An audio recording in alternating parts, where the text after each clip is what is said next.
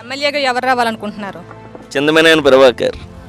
గురించి ఎవరు అడిగినా సరే ఈ నియోజకవర్గంలో కానీ ఎక్కువ ఆయన పేరే చెప్తున్నారు. దానికి అసలు రీజన్ ఏంటి? ఆయన పేరు చెప్పడానికి గల రీజన్? అన్న అనగానే స్పాట్లో నీకేం కష్టం వచ్చిందిరా అని వెంటనే తెలుసుకుని మళ్ళీ మన దగ్గరికి మనం అయిపోయింది చెప్పేసిన తర్వాత అయిపోయింది అనుకోడు, ఎరా పని అయిందా లేదా అని మళ్ళీ రిటర్న్ కాల్ చేసి అడిగే వ్యక్తి ఎవరైనా ఉన్నారండి దెందులూరు నియోజకవర్గంలో చింతమనేని ప్రభాకర్. గ్రామానికి అభివృద్ధి జరిగిందేనంటే ఆయన వల్ల అని చెప్పొచ్చా?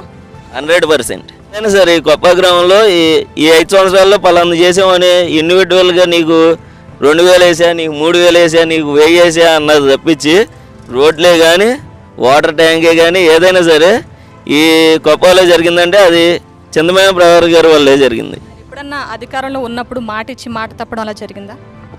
నాకు తెలిసి ఎప్పుడూ జరగలే. ఇప్పుడు కూడా పలానా చేస్తానంటే అంతకన్నా ఇంకెక్కువే చేసి చూపించేవాడు, కానీ అంతకన్నా తక్కువ అయితే ఏనాడు వేయలే.